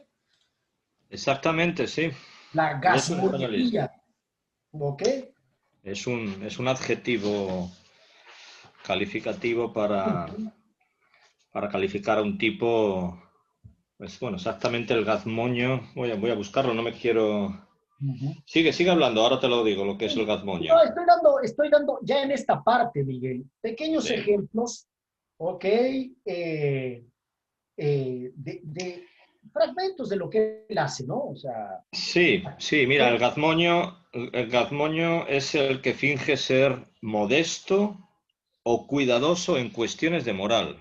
Es un fingidor y un falso pedante. claro, claro. Si quieres, Víctor, voy comentando algunas cosas. Vamos a hacer así. Yo creo Sí, que voy a parar por aquí porque me parece que rápidamente, así, porque ya nos hemos pasado bastante tiempo, entonces tampoco y quiero... aparte solamente para concluir, y no me parece que lo que yo pueda acrecentar ya en este momento sea de gran utilidad porque ya está el texto ahí para que la gente lo vea, o sea, ya está todo ahí, está descrito más o menos qué es lo que ocurre en esta novela. Entonces, te cedo la palabra, dejo ahí que comentes tú. No, Víctor, bueno, son muchas cosas, como siempre. Lo primero que quería, la primera nota que quería apuntar sobre, ya te la dije, sobre Max Estrella y Latino de Hispalis, es que forman una pareja que nos recuerda, es una especie de eco literario a El Lazarillo de Tormes y al Ciego. Es una especie de retomar ese asunto. Yendo a muchas de las cosas de las que has hablado, ¿no?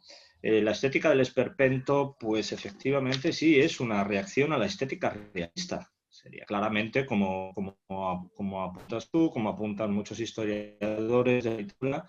Y a Valle Inclán hay que entenderle y hay que verle primero en su evolución. Bueno, primero te confieso, Víctor, que yo lo que conozco un poco mejor de Valle Inclán es el teatro y la novela mucho menos. Bueno, básicamente fue un gran novelista y un gran dramaturgo, ¿no? Desarrolló esos dos campos.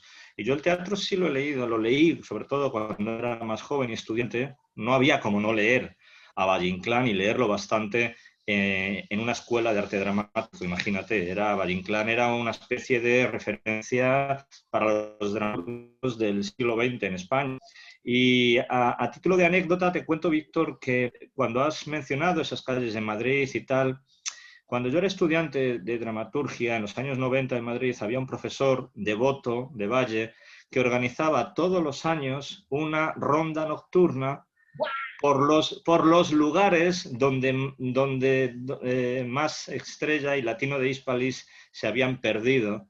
En fin, todo ese periplo por la noche de la ciudad y toda la bohemia era recorrido por el profesor y unos cuantos alumnos y algunos invitados como una especie de homenaje que se hacía a esa obra, ¿no? Bueno, te puedo interrumpir un segundo Sí, para que tú sí. continúes. Es muy similar mi experiencia como estudiante mexicano. Yo, por ejemplo, en México nosotros leemos mucho a Valle Inclán, ¿no? Porque él pasó 2 temporadas largas en México, fue un autor que tuvo mucha relación con los escritores mexicanos.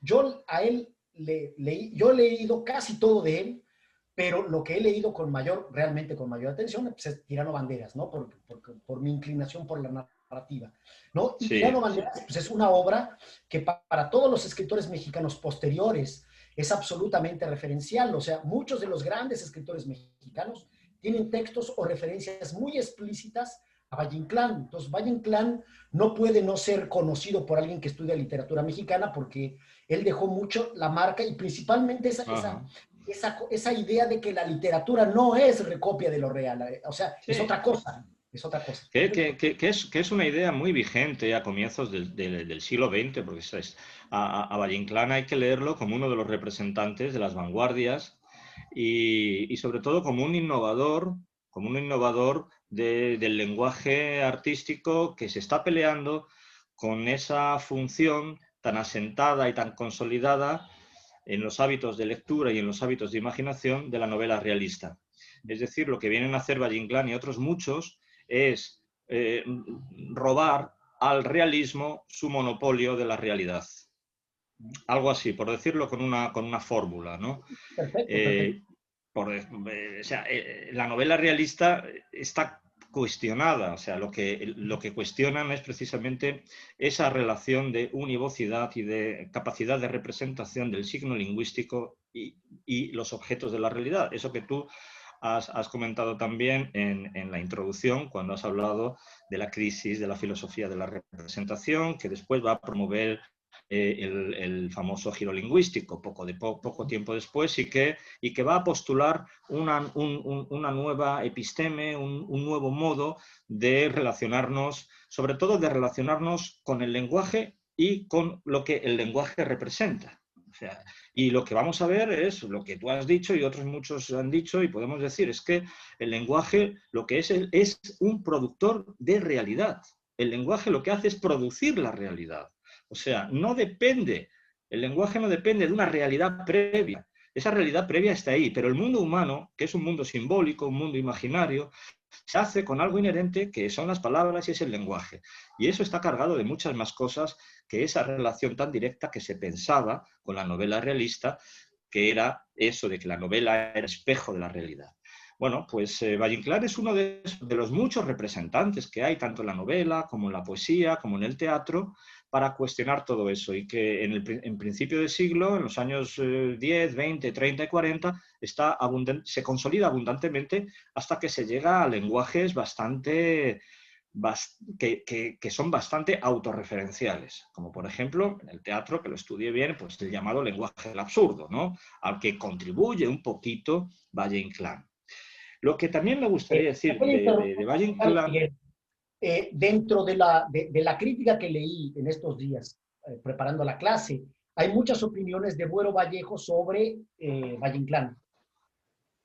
Bueno, otro gran autor español, este sí confía bastante en la representación del signo y la realidad. Pero bueno, eso es otro asunto. Una cosa que quería volver a insistir, es evidente, Valle Inclán es un genio del idioma.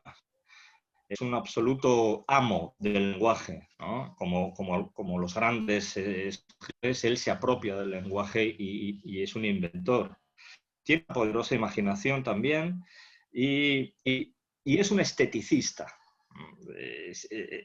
¿Qué quiero decir con esto que es un esteticista? Bueno, pues que cree más en las formas, en el cómo, que en el qué. Es un artista y lo que le importa a él es el lenguaje artístico. Y son las palabras, el efecto de las palabras, ¿no? El efecto de las palabras sobre la mente. No tanto la ilusión que puedan producir, que también va a producir un tipo de ilusión. Si sus obras yo leo Luces de Bohemia y lo leo desde el punto de vista realista también, por una cuestión que no discutí contigo por falta de tiempo siempre, y es la idea al final de que el realismo es un proceso de naturalización que hace el lector cuando se familiariza con un lenguaje artístico, independientemente de este lenguaje, si está más cerca de una mímesis o ilusión de la realidad o menos cerca. Pero bueno, eso es otra cuestión. Valle Inclán es un esteticista y tú has mencionado mucho, y con mucha razón, en algo que es un rasgo de modernidad. Conozco mucho menos, como digo, la novela de Valle Inclán, pero de la novela moderna, que es la heteroglosia. Algo de lo que es un concepto fundamental en Bakhtin y que parece ser que ya en Valle Inclán está. O sea, esa capacidad no solo para utilizar distintas variantes de un mismo idioma, sino para utilizar distintos registros que pertenecen a distintos cursos de distintas formaciones de camadas sociales, ¿no? Para precisamente producir ese perspectivismo que da lugar a una realidad vista desde distintos puntos de vista, ¿no?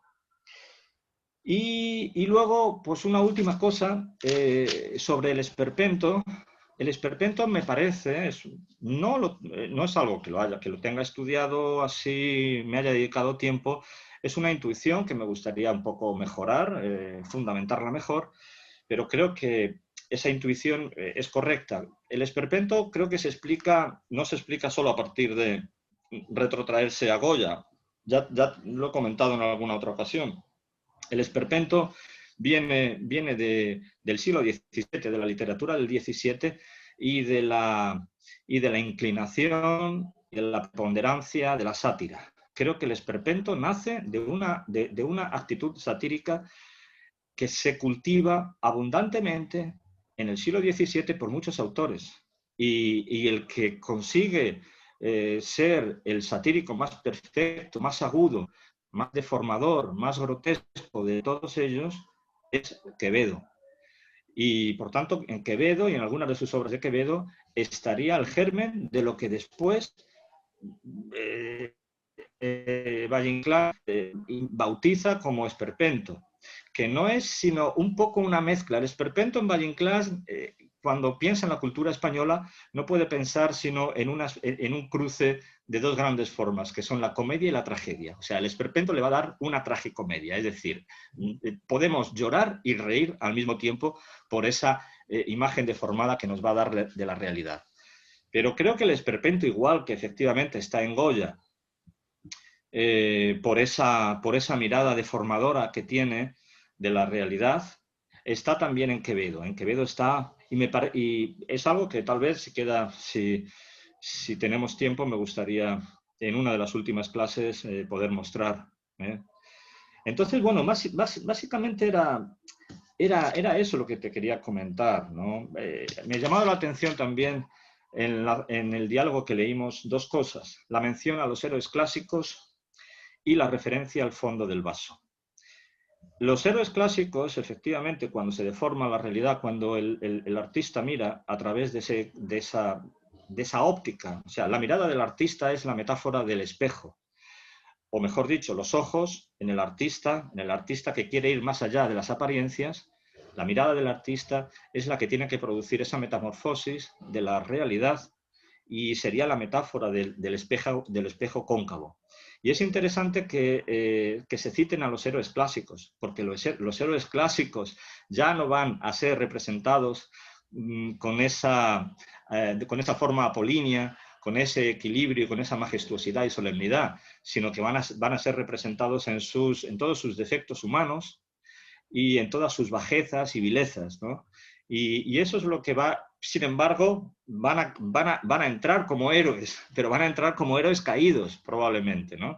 Y eso es lo interesante, ¿no? Que no se renuncia a la figura heroica, pero que la figura heroica se va a representar pues con atributos demasiado humanos, que es algo que por otra parte ya hace Velázquez, cuando coloca en alguno de sus motivos, que ahora no nos resulta sorprendente, pero que en la época sí, coloca al dios Baco, ¿no? O al dios del vino, lo coloca con una panda de pícaros, ¿no? Eso ya es un elemento, una temática chocante en la época, ¿no? Hoy, como digo, prácticamente no lo percibimos, pero en la época sí daba para percibir ese contraste.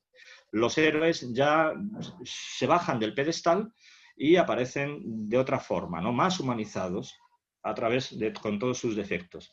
Y yo creo que también la referencia del fondo del vaso nos indica eso.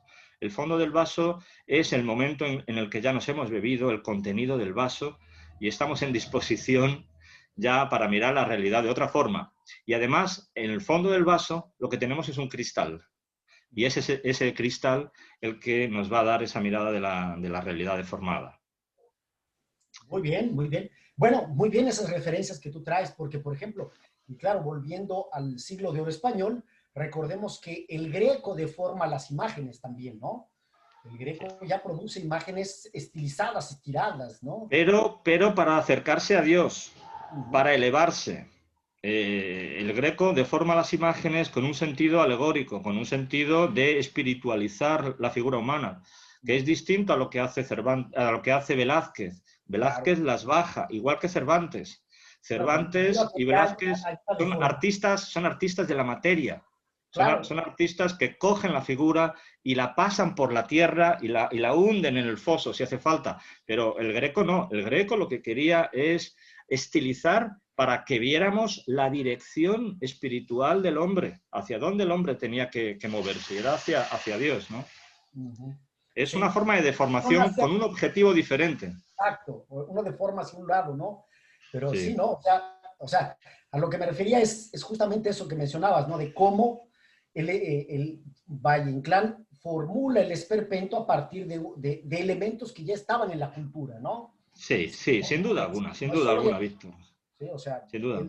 Él hace una lectura muy programática de algo, de fenómenos que ya venían ocurriendo en el arte, ¿no? Y no hay que olvidar,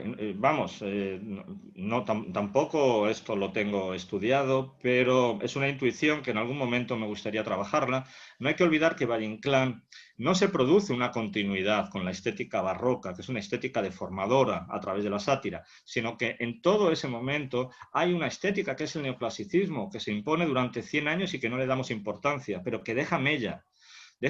Y esa herencia de una escritura mucho más equilibrada también se refleja en Valle Inclán. Es decir, Valle Inclán no puede ser nunca Quevedo, porque hay 100 años de luchar contra los excesos del barroco, en escritores que son grandes escritores como Moratín, como Jovellanos y como otros ilustrados españoles que intentan una escritura mucho más clara y mucho más equilibrada en las formas y las formas imaginarias también.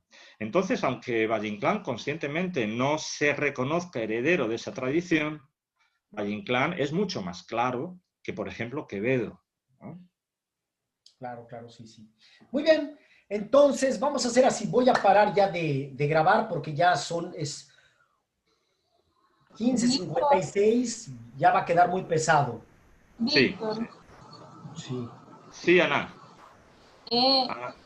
¿Puedes hablar un poquito más de Pedro Páramo y su relación? Porque por coincidencia yo estaba leyendo un poco antes de empezar la clase que... Un segundo, Ana, un segundo, disculpa. Víctor, te voy a pedir por favor, tengo que salir, que tengo una persona abajo en el edificio que me está... Que la tengo que atender. Vale. Y también un mensaje antes de salir. Disculpad que hable de otra cosa, pero me ha escrito Leticia y me ha dicho que tienes que ponerte en contacto con ella rápidamente porque tienes que pasar la información de Hugo, que la necesita. Ok, lo antes ya posible. Se la pasé hace un rato, ya se la pasé. Bueno, vale. Estaba preocupado con eso, entonces... Ya se la puse, pero bueno. Vale. Voy a salir, ¿ok? Abrazo ahí. Chao. Bueno, Ana, entonces, ¿qué decías? Es que una parte de mi familia vive en México, en Veracruz, y en marzo fue mi cumpleaños, estaba en Brasil y me regalaron Pedro Páramo de presente. Y yo estaba leyendo por acaso antes de empezar la clase. Entonces, como tú habló, me gustaría que hablas un poco más hasta para el trabajo final, porque estoy sin idea y puedo hacer una relación, no sé. Claro, bueno, la conexión que yo establecía entre, Tirano Banderas y Pedro Páramo son dos dictadores, ¿no?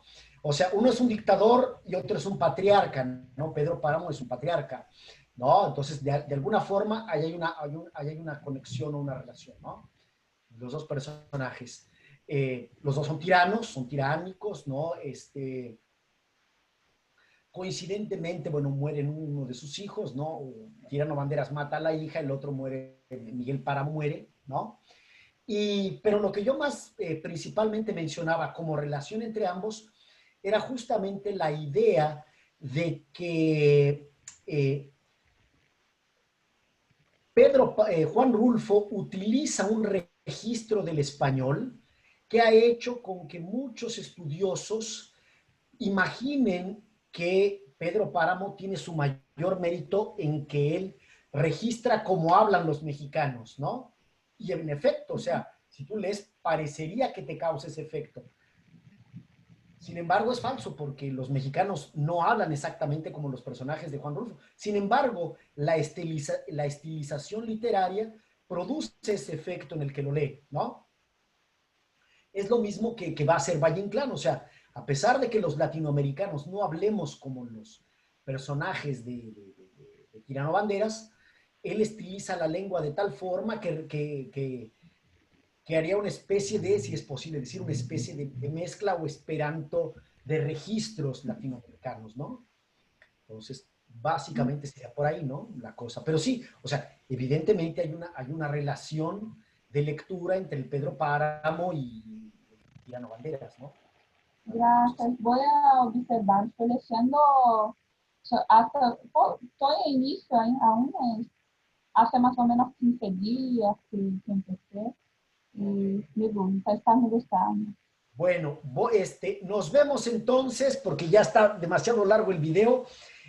Nos vemos entonces el próximo lunes. Yo les mando algo en estos días, ¿vale? Está bien. Bueno, Vale, gracias. gracias, Víctor.